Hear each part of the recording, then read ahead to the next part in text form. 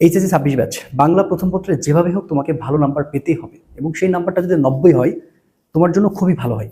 আমি যতটা সহজে তোমাকে বললাম যে 90 আসলে তোলা তুমি পারবা বা তোলা সম্ভব, আসলে এটা অনেকটাই কঠিন। কারণ এই 90 তোলার জন্য বাংলাতে কিন্তু অনেক পরিশ্রম এবং অনেক পড়াশোনা এবং অনেক ট্যাকটিক্স আছে যেগুলো তোমাকে কাজে লাগাতে হবে। ঠিক আছে, তো আমি একটা আসলে প্ল্যান শেয়ার করতে চাই এবং তোমাকে আমি আসলে আমার অভিজ্ঞতা থেকে এবং আমি আমার যে প্ল্যাটফর্মের বাংলা টিচার আছে তাদের সাথে কথা বলেই কিন্তু এই ভিডিওটা আমি এবং এই বাংলা নিয়ে কথা বলতে আমি আগ্রহ প্রকাশ করেছি এবং আমার মনে হয় যে আমার এই টিপসগুলো তোমার আসলে ইনশাল্লাহ কাজে লাগবে। ঠিক আছে, তো ফার্স্ট অফ অল বাংলা প্রথম পত্রে আসলে 90 পাওয়াটা অনেক টাফ। তো 90 যদি তুমি পেতে চাও তোমাকে লজিক্যালি চিন্তা করতে হবে, কিন্তু কিছু জিনিস কিন্তু তোমাকে মাথায় রাখতে হবে। ফার্স্ট অফ অল আসো যে 90 তোলার জন্য আসলে আমরা এই 3 দিনের প্রস্তুতিতে, এখন দেখো এই যে 3 দিনের প্রস্তুতি কেন বলতেছি, কারণ তোমার কাছে তো সময় আর নাই। এখন তুমি যে কয়দিনের প্রস্তুতি নিবা সেটা কম্প্যাক্ট 3টা দিনের প্রস্তুতিতেই কিন্তু আসলে তুমি 90 পাবা না, 80 পাবা না, 70 পাবা না, 50 পাবা। এই 3টা দিন তোমাকে ধার্য বা এই 3টা দিন তোমাকে আসলে ঠিক করে দেবে। ঠিক আছে, এই জন্য আমি 3 দিনের কথা বলেছি। এবার আসো, যদি 90 পাওয়ার জন্য তোমার ফার্স্ট অফ অল যে কাজটা করতে হবে সেটা হচ্ছে মিনিমাম 25টা এমসিকিউ, অর্থাৎ 25টা এমসিকিউ তোমাকে পারতে হবে। ঠিক আছে, এবং নাম্বার দুই হচ্ছে 60টি সৃজনশীল খুব ভালো করে লেখা লাগবে। 60টি সৃজনশীল, ঠিক আছে, এইটা তোমাকে খুব ভালো মতন লিখতে হবে টাইম ম্যানেজমেন্ট করে, অর্থাৎ মানে এখানে কোনো কম্প্রোমাইজ করা যাবে না। এবার আমি টিচারদের সাথে কথা বলার পরে যে জিনিসটা আমাকে স্যার আসলে শেয়ার করলো যে এখানে হচ্ছে দেখো তোমাদের সম্ভবত হচ্ছে গদ্যতে 4টা প্রশ্ন আসে এবং সেখান থেকে আসলে বাচ্চারা ম্যাক্সিমাম 3টা লিখে। তার মানে আমি এখানে একটু তোমাকে ভাগ করে দেবো। ঠিক আছে, মানে তোমার প্রিপারেশনটা আসলে তার আগে আসো যে তুমি প্রিপারেশনটা কবে শুরু করবা। বিশেষ করে তোমরা যারা বিজ্ঞান বিভাগের শিক্ষার্থী যারা রয়েছে আমি তাদের জন্য আসলে বিশেষ করে ভিডিওটা আরো বানাচ্ছি। এবং আমার জীবনের বাংলা যে অভিজ্ঞতা, আমার হাই স্কুল জীবনে একটা স্যার ছিল, শ্রদ্ধেয় শফিকুল স্যার। স্যার খুব সুন্দর করে পড়াইতেন এবং হচ্ছে সৃজনশীল লেখাটাও আমাকে শিখাইছিলেন, সেটাও আমি তোমাদের সাথে শেয়ার করতে চাই। তো ঠিক আছে, তো আসো এখন ফার্স্ট অফ অল আসো কয়েকটা আমরা ভাগ করে ফেলি। সেটা হচ্ছে গদ্য, যেহেতু অনেক বড় সিলেবাস এই বাংলাটা, তারপর হচ্ছে পদ্য, ঠিক আছে, তারপর হচ্ছে কি নাটক আছে এবং হচ্ছে উপন্যাস আছে, তাই না? নাটক এবং হচ্ছে উপন্যাস। তো আমি তোমাকে বলতে চাই মানে তুমি আসলে কোথায় কোথায় বেশি অপশন চুজ করবে। যেহেতু 11টা প্রশ্ন আসে তার মধ্যে 7টা লিখতে হয়, তার মানে গদ্যে থাকে হচ্ছে 4টা, পদ্যে থাকে হচ্ছে 3টা, এগুলো তোমরা সবাই জানো।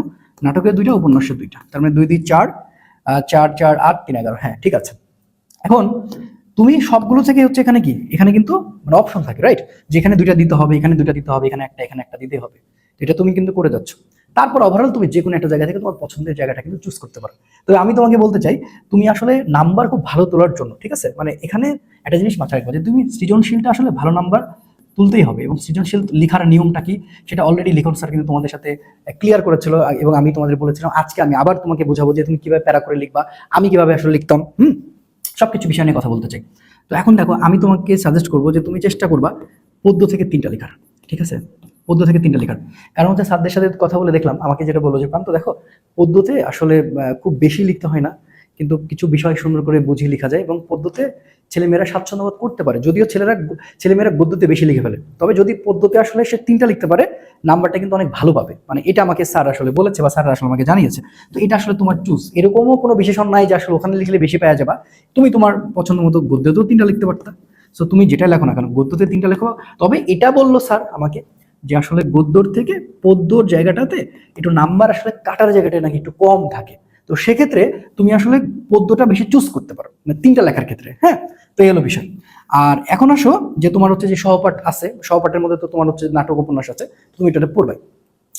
এখন এমসিকিউটাতে তোমাকে খুব ভালো করে নজর দিতে হবে। এখন এমসিকিউটা তুমি পড়বা কিভাবে, এমসিকিউটা তুমি শুরু করবা কি করে? দেখো আমার কথা হচ্ছে ভাইয়া তুমি 27 তারিখ থেকে পড়া শুরু করো। 27 তারিখ থেকে বাংলা ধরা শুরু করে দাও, কারণ ওপেনিং তোমাকে ভালো করতে হবে। 27 তারিখে তুমি যদি ভালো করো, তুমি প্রথমে গদ্যটা শুরু করো। এই গদ্যটা যখন তুমি শুরু করবে ওই একদিনে তোমার হচ্ছে এমসিকিউ এবং হচ্ছে সিকিউ এইটা কমপ্লিট করো। এটা গেল হচ্ছে 27 তারিখে। দেখো আমরা রিভাইজ দেবো কিভাবে। আচ্ছা এবার 28 তারিখে আসো। 28 তারিখে আবার কি করবো? 28 তারিখে আমরা হচ্ছে পদ্য পড়বো। সেটা কি পড়বো? এমসিকিউ এবং হচ্ছে সিকিউ অবভিয়াসলি। এটা হচ্ছে 28, ঠিক আছে।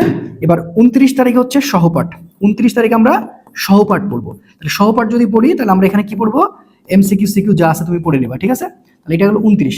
আবার তুমি 30 তারিখে এবার আসো। 30 তারিখে ব্যাক করো। 30 তারিখে আবার পদ্য প্লাস গদ্য, পদ্য প্লাস গদ্য রিভাইজ হবে। রিভাইজ মানে যতবার তুমি রিভাইজ দিতে পারো, যতবার তুমি রিভাইজ দিতে পারো, রিভাইজ দিতেই থাকবা, দিতেই থাকবা, দিতেই থাকবা, ঠিক আছে।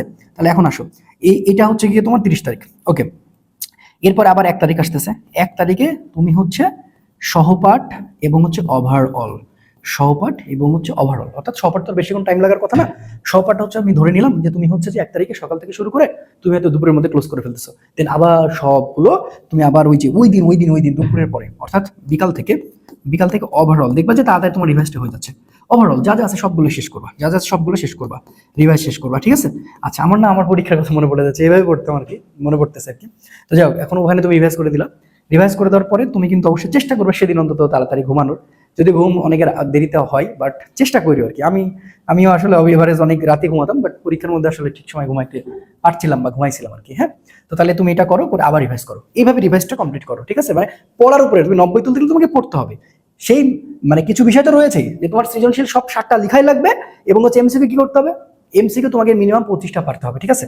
এখন আমরা কিন্তু ইনশাল্লাহ 27 তারিখে কিন্তু এমসিকিউ এর ক্লাস কিন্তু আপলোড দিয়ে দেবো লিখন স্যার, ঠিক আছে? এমসিকিউ এর উনি পার্ট করে করে মানে দিবেন ইনশাল্লাহ। গদ্যর এমসিকিউ 1 শট দিবেন আগে, তারপরে পদ্য এমসিকিউ 1 শট দিবে, অর্থাৎ গদ্য এমসিকিউ 1 শট, এরপর হচ্ছে পদ্য এমসিকিউ 1 শট, মানে যা যা যতটুকু লাগবে সবগুলোই আমরা চেষ্টা করবো ইনশাল্লাহ 27 তারিখে আমরা আপলোড করে দেবো আমাদের প্ল্যাটফর্ম থেকে। এবার আসেন সৃজনশীলটা আমরা লিখবো কি করে। আচ্ছা, তো সৃজনশীল লেখার নিয়ম, হ্যাঁ, সৃজনশীল লেখার আসলে নিয়ম এটা আমি তোমাকে দেখাতে চাই, যেটা খুবই সুন্দর করে আসলে তুমি লিখবা প্যারা করে করে। হ্যাঁ, সৃজনশীল লেখার নিয়ম।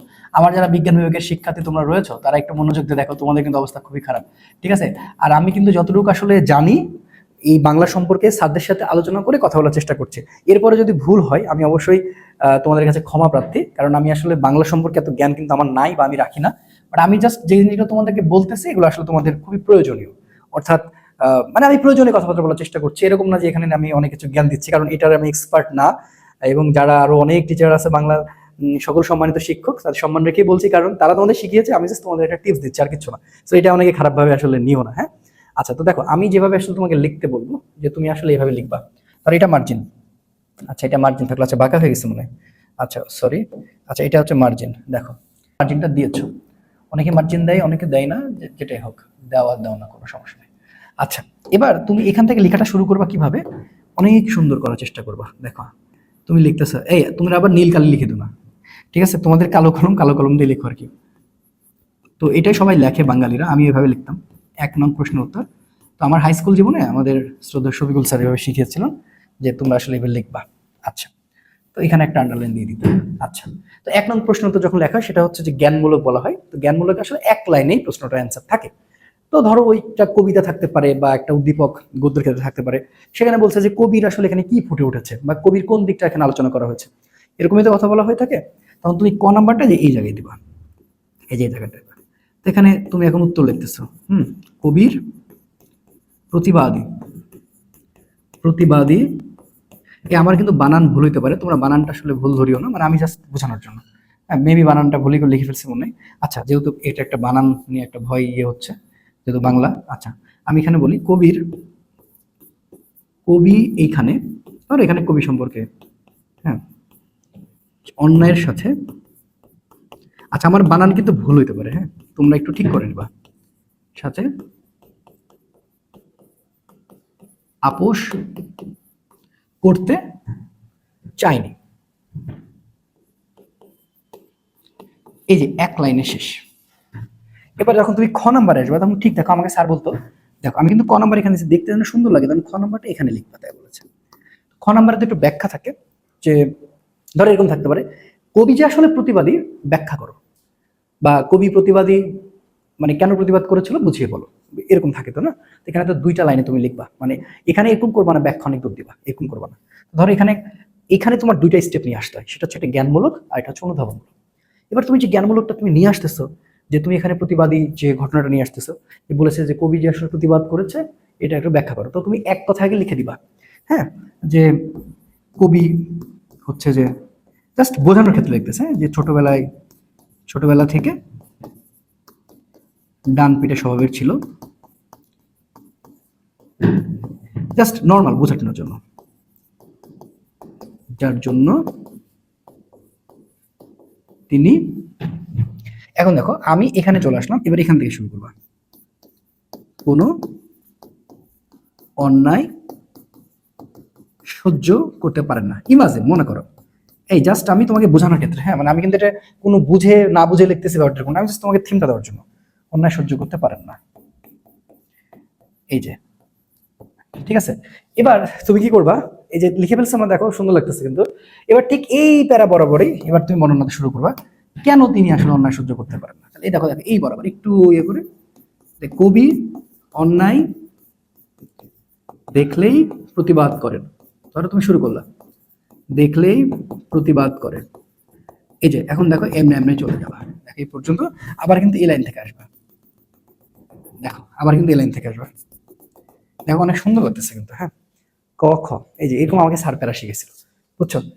এরপর আসো, ধরো এই যে গ নাম্বারটা, তাহলে এটা তোমার কিন্তু মার্জিন, গ নাম্বারটা তুমি কিন্তু এখানে দিবে। এখন গ নাম্বারটা উদ্দীপকের সাথে, হ্যাঁ, যে উদ্দীপকের রহিমের সাথে কবির কতটুকু মিল ছিল, ধরো এরকম। তাহলে তুমি প্রথম কথাকে লিখে দিবা কি, যে রহিমের সাথে, যে রহিমের সাথে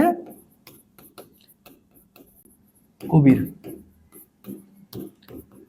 যে সাদৃশ্য খুঁজে পাওয়া যায়, এরকমই তো থাকে মেবি, মানে যেটা আসলে পাওয়া যাচ্ছে কি যাচ্ছে না, যে উদ্দীপকের সাথে তোমার যুক্তি মানে ব্যাখ্যা করতে বলে, রহিমের সাথে কবির সাদৃশ্য পাওয়া যায়। এখন ওখানে যেরকম লাগবে তোমরা লিখে দিবা। ঠিক এই যে নাম্বারটা আমি দিছি না, দেখো তো এখানে দিছি, তাহলে এই বরাবরই কিন্তু আমি এখানে আরেকটা প্যারা শুরু করবো। এবার তুমি কিন্তু এখানে আলোচনা করবা হচ্ছে যে ওই যে সাদৃশ্যটা তুমি খুঁজে পেয়েছো, সেই সাদৃশ্যের ভাবটা তো তোমাকে লিখতে হবে, যে আসলে অন্যায়ের প্রতিবাদ করা যাবে না, বা এই অন্যায়ের বিরুদ্ধে প্রতিবাদ, মানে আমি তোমাকে যা বোঝাচ্ছি আমার কথা তো বুঝতে পারছো না, মানে তুমি তো জানো যে কিভাবে লিখতে হচ্ছে। তার মানে তুমি যে রহিমের সাথে কবির সাদৃশ্য যে খুঁজে পেয়েছো, এবং সাদৃশ্য খুঁজে পাওয়ার জন্য কি খুঁজে পেয়েছো, যেই পয়েন্টটা খুঁজে পেয়েছো সেই পয়েন্টটা নিয়ে তুমি এখন আলোচনা করতেছো। এই দেখো এমনি চলে যাচ্ছ, এবার তুমি এখানে চলে আসবা, দেখো দেখতে সুন্দর লাগবে। দেন এখানে চলে আসবা, চলে আসবা, এবার এই যে চলে আসলা এখান পর্যন্ত থেমে গেল, রাইট। দেন তুমি দেখো এই প্যারাটাকে, এই দেখো এটাকে প্যারা বলে। দেন এবার তো তোমার মনে হয় উদ্দীপক নিয়ে মেবি লিখতে হবে, মানে উদ্দীপকের সাথে এখন রহিমের ক্যারেক্টারটা কতটুকু আসলে মিলে গেছে, তাহলে এখন রহিমকে নিয়ে তুমি কিন্তু বর্ণনা করতেছো। মানে স্যার এমনটাই বলেছিল, মানে এবং হচ্ছে সেদিন তো স্যারের সাথে ভিডিও করতেছিলাম, সো ওইখান থেকে আর কি আমি জাস্ট তোমাদের বোঝানোর চেষ্টা করতেছি। আচ্ছা এখন তুমি এই যে দেখো রহিম সম্পর্কে লিখে ফেললাম, ঠিক আছে, সুতরাং রহিম আর কবির সাদৃশ্য পাওয়া যায়, তুমি একটা ব্যাখ্যা দিয়ে দিলা। ওকে, তাহলে এখন দেখো এই যে প্যারাটা সুন্দর লাগতেছে। দেন ঘ নাম্বারটাও সেম, তাহলে ঘ নাম্বারটা তো 4টা স্টেপ করবা, ধরো এখান থেকে একটা স্টেপ চলে গেলাম, এই যে এখান থেকে হয়ে গেল, দেন আবার এই বরাবর এই যে শুরু করলা, এই যে দেখো শুরু করলা, আর এটা শেষ করলা, আবার দেখো এখান দেখতে সুন্দর লাগবে কিন্তু, শুরু করলা, শুরু করলা, শুরু করলা, শেষ, লাস্টে আবার এখান থেকে এই যে মিলাই দিলা, দেখো দেখতেও কিন্তু সুন্দর লাগতেছে। আমার মনে হয় এইভাবে লেখাটা সবচেয়ে বুদ্ধিমানের কাজ। এই যে দেখো সুন্দর একটা প্যারা হয়ে গেছে। ওকে, তাহলে আসলে 90 পাওয়ার জন্য তোমাকে প্রথমত পড়াশোনা করতে হবে, সবচেয়ে বেশি রিভাইজ করতে হবে। রিভাইজটা তুমি কবে থেকে শুরু করবা, 27 তারিখ থেকে মিনিমাম শুরু করবে, কারণ তোমার ওপেনিংটা যদি স্টার্ট সুন্দর হয়, ওপেনিং যখন শুরু হবে, ওপেনিং সুন্দর হলে, ওপেনিং যখন সুন্দর হবে ইনশাআল্লাহ তোমাকে আর কেউ আটকাইতে পারবে না। ঠিক আছে, তো সবাই ক্ষমা সুন্দর দৃষ্টিতে দেখবা, আমি আসলে বাংলা এক্সপার্ট না, আমি আগেও বলেছি, এবং আমি জাস্ট আমার জায়গা থেকে তোমাদের আসলে একটা কিছু গাইডলাইন করলাম, যেন আসলে তুমি এই জিনিসগুলো কাজে লাগিয়ে তুমি আসলে বাংলাতে 90 মার্ক তোলার জন্য যে প্রস্তুতি তুমি নিচ্ছ, তোমার প্রস্তুতি যেন আরো ভালো হয়, তোমার পরিষ্কার পরিচ্ছন্নতা খাতা যেন থাকে, এবং সুন্দর করে করে করে তুমি ইয়ে করতে পারো। ঠিক আছে, তো ভালো থেকো, সুস্থ থেকো, দেখা হচ্ছে পরবর্তী ভিডিওতে। আসসালামু আলাইকুম রহমতুল্লাহ।